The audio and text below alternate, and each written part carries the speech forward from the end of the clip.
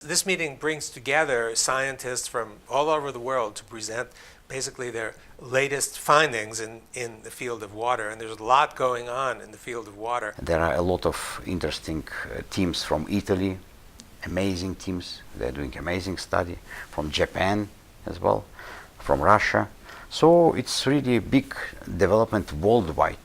You know, water used to be a prime subject of study, but over the past 20, 30, 40 years, it kind of lost its way. And the reason is that many people have been focusing on molecules and on simulations and have lost sight of the centrality of water for all of nature, for physical aspects of nature and biological too.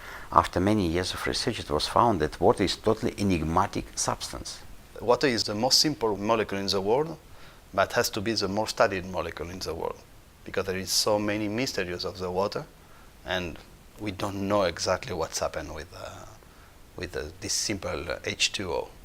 So it's very nice to find here all these researchers sharing this information and try to understanding what's happened really with water, seawater, cells, and all this relation for Earth. You know, we all grow up learning and understanding that water has three phases, right? A solid, a liquid, and a vapor. But even 100 years ago, scientists knew that something was amiss because you can't explain all the features of water with those three phases. We are essentially waterly systems. And so if we calculate how many water molecules are in our body in comparison to protein molecules, to lipid molecules, to sugar, to DNA and so on, it will turn out that we are 99+% of water. Scientists have been interested in the possibility that there may be a different phase, a fourth phase, an ordered phase of water. And so a few proponents of this view include, Albert St. Georgi, who is the father of modern biochemistry. He knew that there was an ordered phase of water.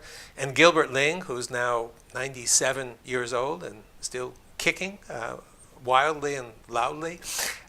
He wrote 6 books, I believe it is, that describe the water inside the cell, inside our cells, as being different from ordinary water in a glass, different in the sense that the molecules are lined up. But what modern established science does not know is the so-called mesoscopic water of water ensembles.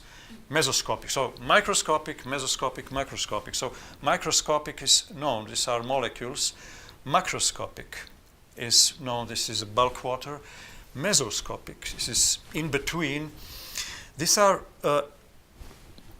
ordered aggregates or ordered clusters of water, I would say, based on coherent modes. Light comes into the picture, order comes into the picture, charge separation comes into the picture.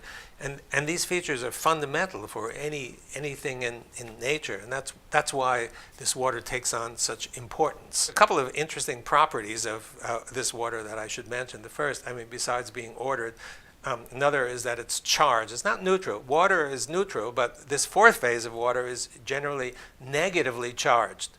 And right next to this fourth phase water, or EZ water that we call it sometimes, right next to it is ordinary water that has the opposite, positive charge.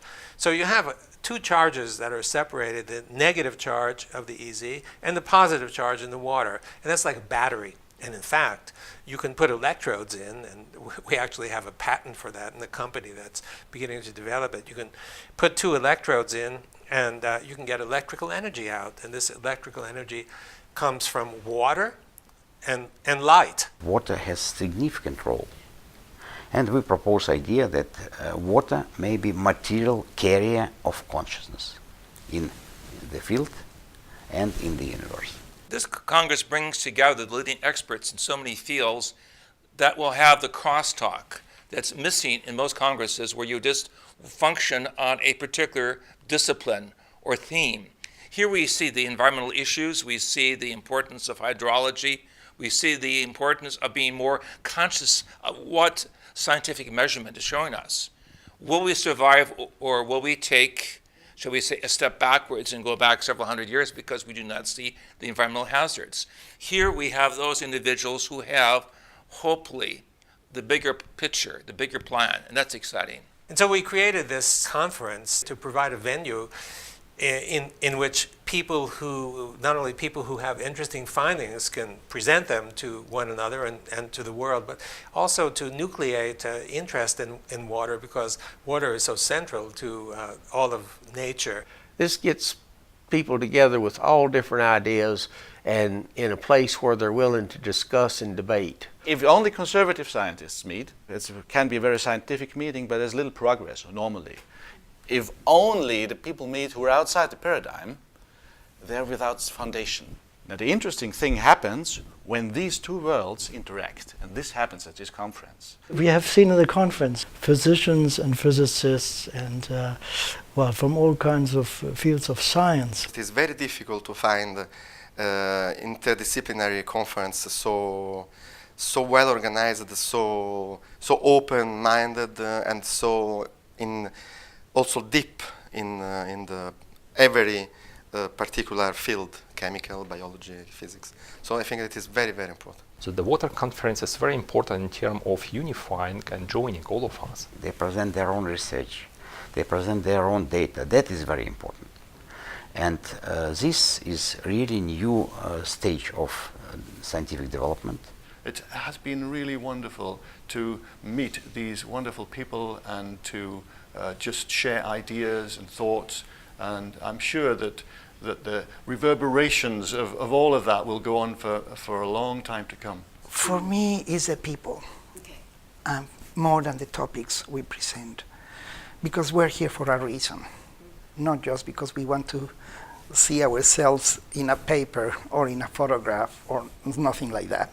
We're here because we all love water and we're passionate about it, because water has amazing properties that we haven't even begun to explore. So to have people who are working in these fields and understanding these things about water and all of these aspects within the body is quite helpful for the future of medicine. I think that water and resonance light therapies in the future are the medicine of the future. We can measure coherence in water non-invasively, and we could relate coherence to diagnosis and health condition. So what we do, we bring them into the reality. We want to do something out of this. We want to develop a technology that is based on these ideas that could be beneficial for people, animals, or whatever. I think that is a fantastic opportunity for mankind just to grow and to be ready for the quantum leap. And now the question is, what do the people do with it?